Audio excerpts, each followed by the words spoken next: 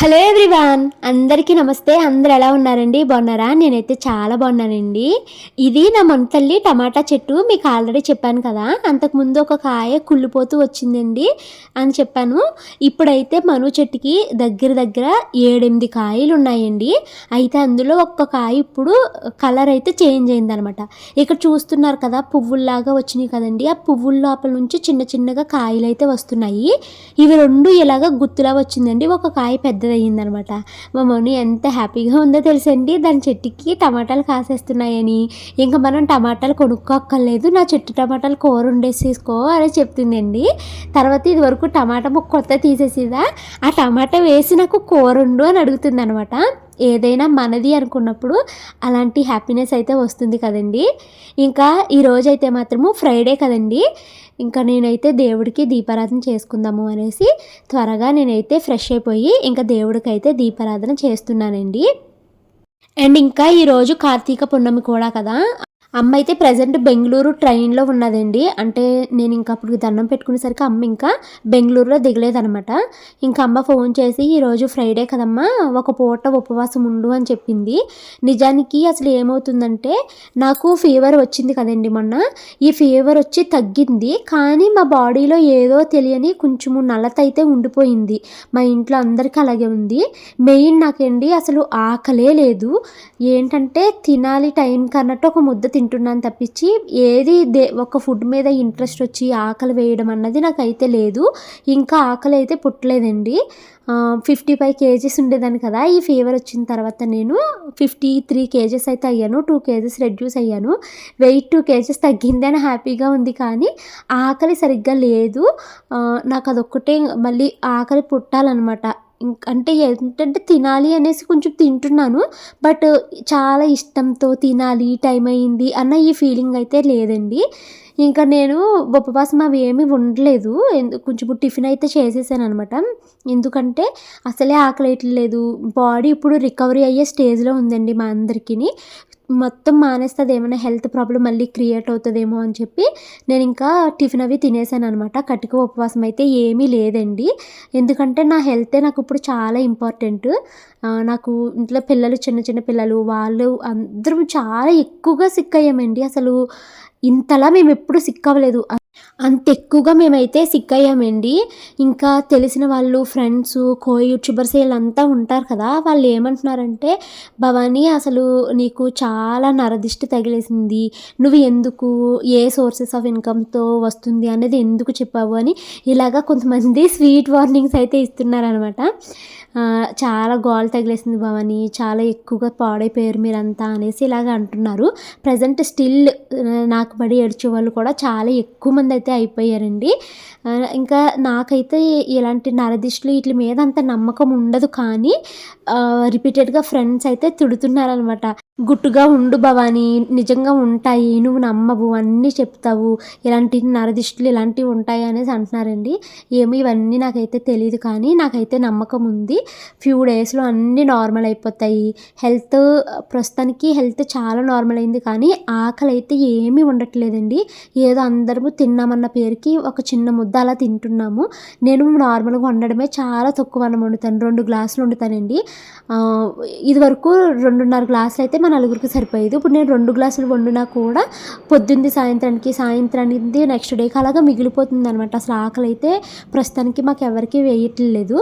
మా వారు అంటున్నారన్నమాట, ఏంటే ఫీవర్స్ అయితే తగ్గినాయి, కానీ ఏదో తెలియని నలత కింద ఉంటుంది, ఒక పక్క దగ్గొస్తుంది, మరో పక్క రొంప, ఇవన్నీ ఎప్పుడు వదులుతాయే బాబు అనేసి అంటున్నారనమాట. ఇంకెంత శ్రీవారు ఫీవర్స్ తగ్గిపోయినాయి కదా, ఇది కూడా తగ్గిపోద్దులే అనేసి ఇంకా నేను ఆయనకి అలాగ ధైర్యం చెప్తున్నానండి. ఇంకొన్ని ఇంకా నేను బియ్యం ఇందాక కడిగి స్టవ్ మీద పెట్టాను కదా, ఇప్పుడైతే నేను అన్నం అయితే వారుస్తున్నాను. ఇంకా ఈ వీక్ అయిపోతే కనుక నెక్స్ట్ వీక్ అంతా కొంచెం సరదాగా అయితే గడిచిపోతుందండి. మా హస్బెండ్ వాళ్ళ ఆఫీస్లో ఇప్పుడు చాలా ప్రోగ్రామ్స్ అయితే ఉన్నాయి. నేను ఈరోజంతా నా డే ఆ ప్రోగ్రామ్స్లోనే బిజీగా నా డే అయితే గడిచిపోయిందండి. మా షానమ్మ పాలు తాగుతాను అనేసి అందని పాలు ఇచ్చాను. నేను చెప్పాను కదండి, పిల్లలకి ఎక్కువగా పాలు ఖచ్చితంగా ఇమ్మన్నారు. అసలు వాళ్ళు ఇచ్చిన డైట్ చార్ట్లోని పిల్లలకి రోజుకి 350 ml మిల్క్ ఇమ్మనేసి అన్నారండి. నిన్న ఒకళ్ళు ఇలాగా కామెంట్ పెట్టారండి, షాను మను లైఫ్ని నీ చేతులతో నువ్వే నాశనం చేసేస్తున్నావు, పిల్లలకి ప్యాకెట్ పాలు ఎందుకు ఇస్తున్నావు అనేసి ఒకళ్ళు కామెంట్ పెట్టారండి. అసలు నాకు అర్థం కావట్లేదండి. ప్యాకెట్ పాలు ఇస్తుంటేనేమో ప్యాకెట్ పాలు మంచిది కాదు అని అంటారు, మళ్ళీనేమో కొన్ని గేదె పాలు తెస్తుంటే భవానీ గేదెలకి ఇంజెక్షన్ చేస్తున్నారు, ఆ పాలు ఇవ్వద్దు అంటున్నారు. ఇంకా ఈ ఫుల్ కన్ఫ్యూజన్లో మొత్తం నేను చాలా డేస్గా పిల్లలకి పాలు ఇవ్వడం మానేశానండి. అయితే మా ఆయన ఇంకా అది మంచిది కాదు ఇది మంచిది కాదని మానేస్తే పిల్లలకి కాలుష్యం రాదు, పాలు ఇవ్వాలి, నువ్వు మానకు, పిల్లలకి కడుపు నిండా పాలు ఇచ్చేసే, ఫుడ్ అన్నీ కూడా నార్మల్గా పెట్టే, అది మంచిది కాదు ఇది మంచిది కాదు అన్నది వదిలే, మనం ఫిజికల్ యాక్టివిటీ చేయించి మన పిల్లల్ని ఎప్పుడు యాక్టివ్గా ఉండేలాగా చూద్దాము అనేసి అన్నారనేసి ఇంకా నేను మళ్ళీ పాలు ఇవ్వడం అయితే స్టార్ట్ చేశాను. మొన్న డైటీషియన్ కూడా ప్రతిరోజు పాలు ఖచ్చితంగా ఇమ్మని చెప్పారండి. మార్నింగ్ బ్రేక్ఫాస్ట్ తర్వాత ఒక గ్లాసు, నైట్ పడుకునేటప్పుడు ఒక గ్లాస్ పాలు ఇమ్మన్నారు. ప్రతిరోజు మానకుండా రాగి జావ ఇమ్మన్నారండి.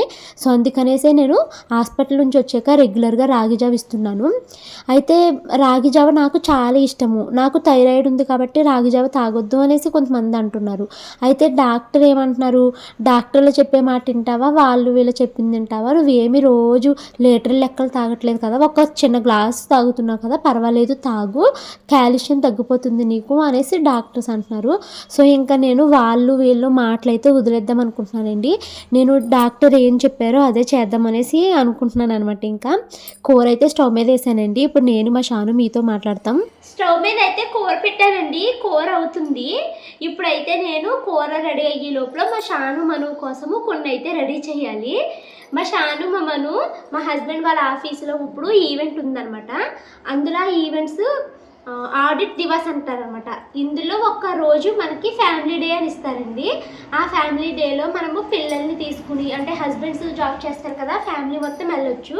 సో ఇంకా పిల్లలకి అక్కడ కొన్ని ప్రోగ్రామ్స్ కండక్ట్ చేస్తారు, వైఫ్కి కూడా కొన్ని ప్రోగ్రామ్ కండక్ట్ చేస్తారు. మాకైతే మాత్రము ఆడవాళ్ళకి ఒకటి కుకింగ్ క్వీన్ టైపు ఒక కాంటెస్ట్ ఉంది, అదొకటి. నెక్స్ట్ ముగ్గులు రంగోలీ కాంపిటీషన్ అయితే ఉంది. నేను మ్యాక్సిమం రంగోలీలో అయితే పార్టిసిపేట్ చేస్తాను. జస్ట్ పార్టిసిపేషన్ ఏనండి, ఎందుకంటే మనము యాక్టివ్గా ఇన్వాల్వ్ అయ్యామనుకో మన పిల్లలకి ధైర్యం వస్తుంది, పేరెంట్స్ని చూసి ముందుకు వెళ్తారనమాట.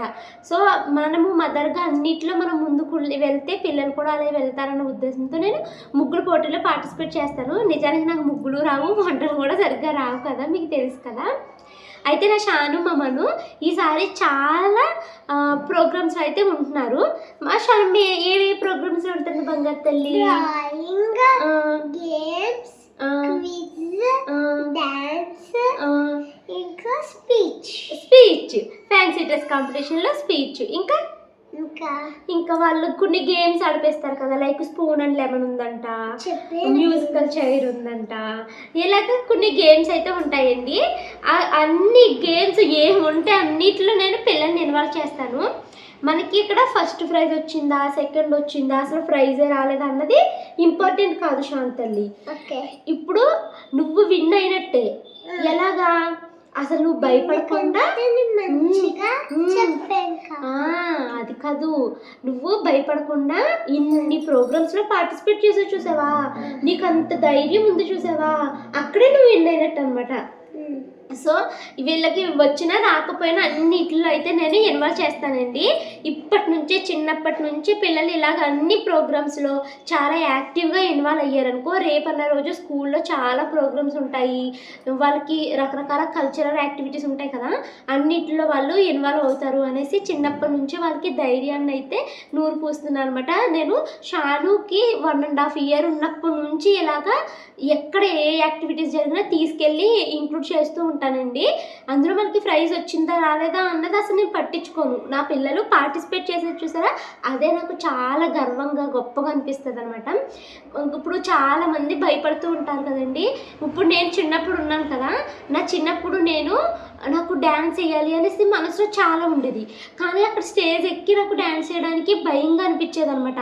సో ఆ భయంతో నేను అసలు వేసేదాన్ని కాదు. అక్కడ ఎవరైనా డ్యాన్స్ వేస్తుంటే ఇక్కడ కాళ్ళు చేతులు కలిపి స్టెప్లు వేయడం తప్పించి అక్కడికి వెళ్ళి నేను వేయలేదు.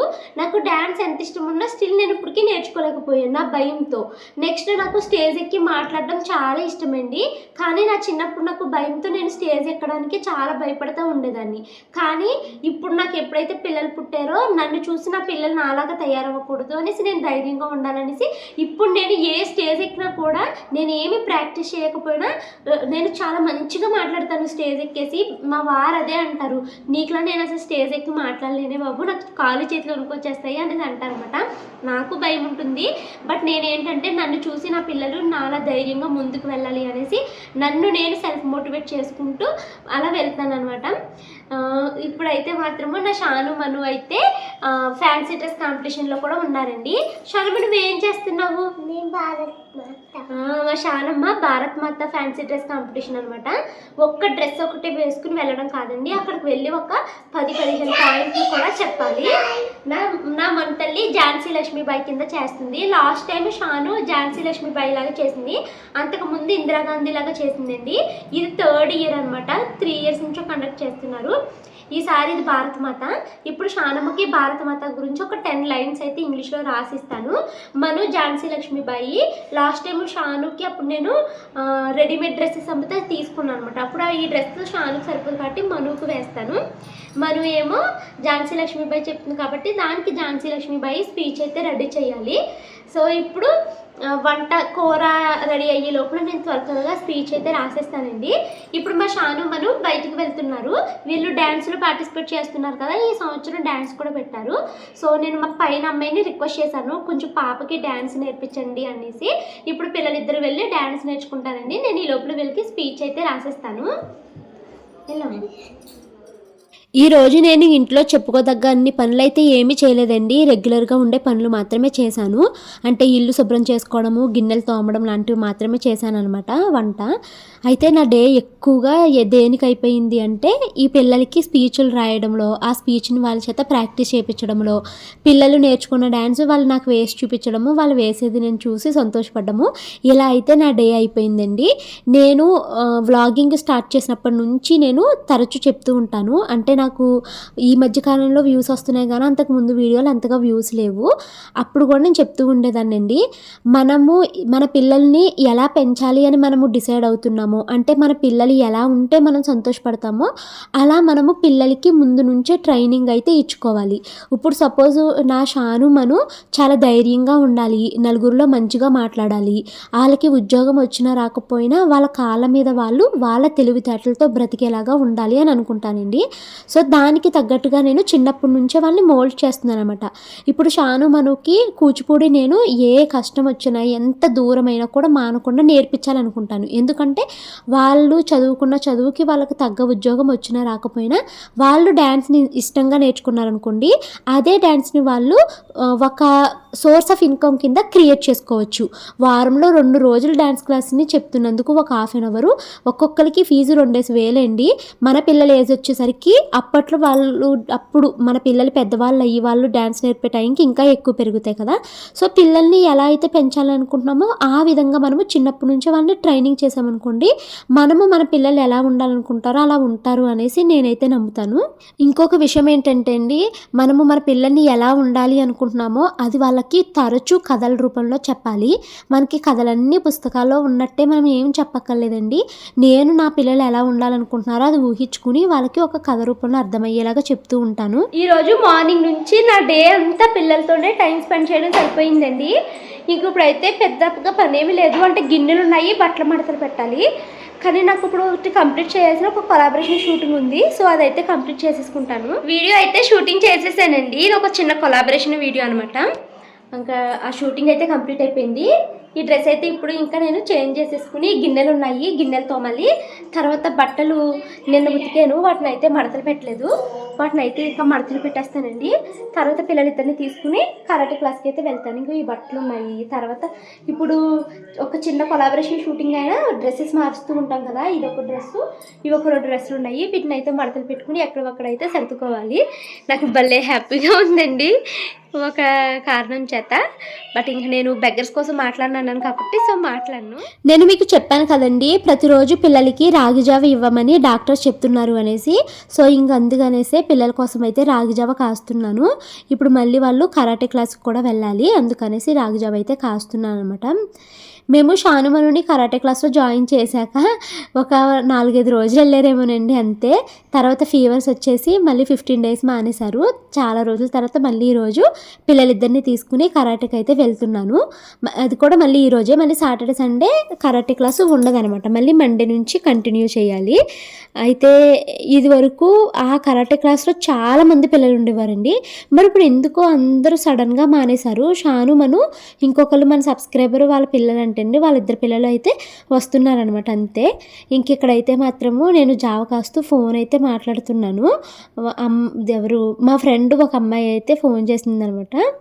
తను అంటుందనమాట, ఏంటి భవాని అసలు నీకు ఏంటి ధైర్యం, ఏంటి ఎలా తట్టుకుంటున్నావు అని ఇలా అంటుందండి. అంటే నాకు తను వాట్సాప్లో వీడియో పంపించింది అనమాట, ఇలాగ నిన్ను ఎవరో తిడుతున్నారు అనేసి. సో దానికి రియాక్షన్ వీడియో చేశాను కదా, వాళ్ళ ఆయన తన్ని తిడుతున్నారంట, నువ్వు ఎందుకు పంపించావే, ఇప్పుడు లేనిపోయిన గొడవల్లాగా ఉన్నాయి, తను చాలా కష్టపడి వచ్చింది కదా, నువ్వు ఎందుకు పంపించావు తనకి అనేసి అంటున్నారంట. నేను అసలు యూట్యూబ్లో ఇలా వీడియో ఉందన్న విషయం కూడా నాకు తెలియదు తను చెప్పే వరకు. అదేం కాదు, నువ్వేం ఫీల్ అవ్వకు, నేనేం అలాంటివి పట్టించుకోవట్లేదు అంటే తను అంటుంది, ఎంత ధైర్యం భవాని, అదే నన్ను ఇంతమంది వెళ్ళి మాట్లాడితే నేను చచ్చిపోతున్నామోనే, నేను అసలు తట్టుకోలేను అనేసి అంటుంది. అవన్నీ నాకు అలవాటు అయిపోయినాయి అన్నానండి. అండ్ ఇప్పుడు నేను గిన్నెలు తోముతూ ఒక ఇంపార్టెంట్ ఒక విషయం అయితే మీ అందరితో షేర్ చేయాలని అనుకుంటున్నాను. నన్ను చాలామంది అడుగుతున్నారండి, before YouTube my life, after YouTube my life journey అనేసి వీడియోస్ చేయమని అడుగుతున్నారు. మ్యాక్సిమం ఆ వ్లాగ్ కుదిరితే ఒక 2-3 డేస్లో చెప్తానండి. ఆ వీడియోలో మొత్తం అంతా డిస్కస్ చేస్తాను. అయితే నేను నిన్న ఒక వీడియో అయితే చూశానండి, ఖచ్చితంగా ఈ విషయాన్ని మీతో అయితే షేర్ చేసుకోవాలి అని అనుకుంటున్నాను. సో ఈ విషయాన్ని అయితే మీతో నేను ఇప్పుడు షేర్ చేసుకుంటాను. నేను ఒక వీడియో చూశానండి యూట్యూబ్లోనేని, అంటే అమ్మాయిలు జాగ్రత్త అని ఒక వీడియో ఉందన్నమాట. అయితే అందులో ఏంటంటే ఒక హౌస్ వైఫ్ అండి, మనలాగా ఇంట్లో పిల్లల్ని చూసుకుంటూ ఇంటి పనులు చూసుకుంటూ హస్బెండ్తో ఫ్యామిలీతో హ్యాపీగా గడిపే ఒక హౌస్ వైఫ్ అనమాట. తను ఇంట్లో ఏసీ రిపేర్ వచ్చింది అనేసి నెట్లో ఒక సర్వీస్లో ఒక ఏసీ మెకానిక్ని బుక్ చేస్తారనమాట. సో వాళ్ళ హస్బెండ్ వాళ్ళు ఆఫీస్కి అయ్యి వెళ్ళిపోయిన తర్వాత ఆ మెకానిక్ వీళ్ళు ఈరోజు మీకు సర్వీస్ చేయడానికి వస్తారు అనేసి అంటే ఈ ఫోన్ నెంబర్స్ తీసుకుంటారు కదండి, ఇంటి అడ్రస్ తెలియదు కదా. సో అలాగా ఫోన్ నెంబరు వాళ్ళ మిస్సెస్ది ఇవ్వడము, ఆ మిస్సెస్ వాళ్ళతో ఫోన్ మాట్లాడడము, ఆ ఏసీ సర్వీస్ అతను ఇంటికి వచ్చి ఆ ఏసీ మొత్తాన్ని చక్కగా రిపేర్ చేసేసి వెళ్ళిపోవడము, ఇవన్నీ జరిగినాయి అనమాట. ఇప్పుడు మనకి ఎవరికైనా లొకేషన్ లాంటివి పంపాలి అనుకున్నప్పుడు వాట్సాప్లో ఖచ్చితంగా నెంబర్ సేవ్ చేసుకుంటేనే మనం వాళ్ళకి మెసేజ్ లాంటివి పెట్టగలుగుతాం కదండి.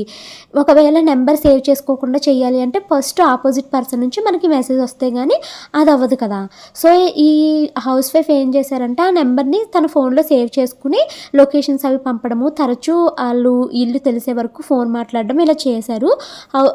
ఇంట్లో ఏసీ రిపేర్ ఇవన్నీ కంప్లీట్ అయిపోయిందంట. తర్వాత కొన్ని రోజులకి వాళ్ళ హస్బెండ్కి ఒక ఫోటో అయితే పంపించారంటండి. ఒకళ్ళ ఫోన్ నెంబర్ నుంచి ఒక ఫోటో అయితే వచ్చిందంట. ఆ ఫోటోలో వాళ్ళ వైఫ్ కంప్లీట్ న్యూడ్గా ఉందంట. ఆ న్యూడ్గా ఉన్న ఫొటోస్ని వాళ్ళ హస్బెండ్కి పంపించి తర్వాత వాళ్ళ అత్త మామలకి అందరికీ పంపించాడంట. పంపించి నువ్వు ఇప్పుడు మీ మిసెస్ ఫోటోని నేను ఉంటాయి కదా సంథింగ్ బ్లూ ఫిలిమ్స్ లాంటివి సైట్లు, అందులో పెట్టేస్తాను, నాకు డబ్బులు ఇవ్వండి అనేసి హస్బెండ్కి చెప్పారంట. అప్పుడు హస్బెండ్, అయ్యో నా వైఫ్ ఈ ఫోటోల్ని తను ఎంత చిరాగ్గా చూసుకుంటే తను చాలా బాధపడుతుంది అనేసి ఆ హస్బెండ్ ఇంకేమీ ఆలోచించకుండా వాళ్ళకి తీసుకెళ్ళి అమౌంట్ అయితే ఇచ్చాడంటండి. వాళ్ళు ఇక్కడ తాగుతారా, ఒకసారి డబ్బులకి ఫ్రీగా వచ్చే డబ్బులకి ఆశపడ్డ వాళ్ళు ఇక్కడ తాపరు కదండి. సో అలాగా రిపీటెడ్గా వాళ్ళు టార్చర్ చేయడము, తీరా డబ్బులు తీసుకున్నాక మనము ఈ కార్న్ సైట్లు, మనం ఆ పేరు పలకూడదంటండి, సో అందుకని కార్న్ అంటున్నాను, ఆ సైట్లో పెట్టినప్పుడు మనకి ఇంకా ఎక్కువగా వ్యూస్ వస్తాయి, డబ్బులు వస్తాయి అనేసి ఉంటుంది కదా. సో అలా కూడా పోస్ట్ చేస్తారు కదా. ఇంకా తర్వాత ఏమైంది విషయం అన్నది మనకి తెలీదు, కాకపోతే ఇలాగ జరిగింది జాగ్రత్తగా ఉండండి అన్నట్టుగా ఒకళ్ళు అయితే వీడియో పెట్టారనమాట. అయితే ఇప్పుడు వాడు ఉన్నాడు కదా, ఆ ఏసీ మెకానిక్కి చేశాడంటండి. ఇది ఎలా చేశాడు అనేసి తెలుసుకుంటారు కదండి. ఈ హౌస్ వైఫ్ అంట రెగ్యులర్గా స్టేటస్ల్లో తన ఫొటోస్ని షేర్ చేస్తూ ఉంటుందంట, వాట్సాప్ స్టేటస్లోని. సో అలాగ స్టేటస్లు చేసినవి స్క్రీన్ షాట్లు లాగా తీసుకుని తన తలని తీసుకెళ్ళి వేరే న్యూడ్ ఫొటోస్కి మార్ఫింగ్ చేసి పెట్టేశాడంట. సో ఇప్పుడు మార్ఫింగ్ అన్నది చాలా దారుణంగా చేస్తారండి. అంటే ఇప్పుడు నిజంగా మనమే అలాగ న్యూడ్గా ఉన్నామా అన్న ఒక్క క్వశ్చన్ మనకి వచ్చేలాగా వాళ్ళంతలా మార్ఫింగ్ అయితే చేస్తారనమాట. సో దట్ ఇక్కడ ఏమైంది, ఒక ఫ్యామిలీ మొత్తం డిస్టర్బ్ అయిపోయింది, ఒక హౌస్ వైఫ్ లైఫ్ చాలా డిస్టర్బ్ అయిపోయింది కదా. ఇప్పుడు నార్మల్గా మనము హౌస్ వైఫ్స్ అండి, మన లైఫ్లో మనకి ఏం పెద్ద కోరికలు ఉంటాయి, పిల్లల్ని చక్కగా చదివించుకోవాలి, వాళ్ళని మంచి పొజిషన్లో ఉంచుకోవాలి, హస్బెండ్తో మనం హ్యాపీ లైఫ్ని లీడ్ చేయాలి, నెలకో 2 నెలలకో ఒక మూవీకి వెళ్ళాలి, ఇలాంటి చిన్న చిన్న కోరికలే కదా. సో అలాంటి హ్యాపీగా ఉన్న ఒక లైఫ్లో ఇలాంటి అలజడి వచ్చింది అంటే ఎవ్వరు తట్టుకోలేరు. అండ్ ఆడు ఫొటోస్ డైరెక్ట్గా ఆవిడకి పంపకుండా వాళ్ళ ఇన్లాస్కి, వాళ్ళ రిలేటివ్స్కి అందరికీ స్ప్రెడ్ చేసి తన పరువు కూడా తీసాడనమాట. ఎవరికైనా తన క్యారెక్టర్ మీద ఒక మచ్చ పడ్డది అంటే ఎవ్వరు కూడా తట్టుకోలేరు కదండి. నాకైతే ఈ విషయాన్ని మీ అందరితో షేర్ చేయాలి అని అనుకున్నాను. ఇప్పుడు ప్రజెంట్ డేస్లో ఇలాంటి చీటింగ్స్, మోసాలు చేయడం చాలా ఎక్కువైపోయిందండి. ఎందుకంటే చాలామందికి కష్టపడే తత్వం లేదు. కష్టపడి తమ కాళ్ళ మీద తమ నిలబడి ఒక గుర్తింపు సంపాదించుకోవాలన్నట్టు ఎవరు ఆలోచించట్లేదండి. ఈజీగా మనము ఎలాగా డబ్బు సంపాదించవచ్చు, ఎదుటి వాళ్ళ మీద ఆధారపడిపోయి వాళ్ళని తొక్కేసి మనం ఎలా ముందుకు వెళ్ళాలి అన్నట్టే ఉన్నారనమాట. ఇంకా మనము రోడ్ల మీద మీరు గమనించవచ్చండి, మనం ఏమైనా షాపింగ్ మాల్స్కి ఇలాంటివి వెళ్ళినప్పుడు మీకు ఫ్రీ గిఫ్ట్ వస్తుంది, ఇక్కడ సంతకం పెట్టండి, లేకపోతే మీ ఫోన్ నెంబర్ ఇవ్వండి అని ఇలా అడుగుతారండి. మొన్న కోటి దీపోత్సవానికి వెళ్ళినప్పుడు ఎంతమంది వచ్చి అడిగారు అని నేను చాలా కారాఖండిగా చెప్పాను, నా ఫోన్ నెంబర్స్ నేను ఎవరికి ఇవ్వను, మీ ఫ్రీ గిఫ్ట్ నాకు అవసరం లేదు అనేసి. అలాగా ఫోన్ నెంబర్స్ ఎక్కడ పడితే అక్కడ ఇచ్చామనుకోండి, వాళ్ళంట ఫోన్ నెంబర్స్ని చాలా ఈజీగా హ్యాక్ చేసేస్తున్నారంటండి. ఇంకా కొంతమంది అన్నోన్ నెంబర్స్ నుంచి కాల్స్ వచ్చినప్పుడు ఫోన్ ఎత్తుతాం కదండి, ఫోన్ ఎత్తి ఒక 10 సెకండ్స్ మాట్లాడినా కూడా ఫోన్ హ్యాక్ అయిపోతుందంట. సో ఇలాగ బెదిరించే వాళ్ళు చాలామంది ఉంటారండి.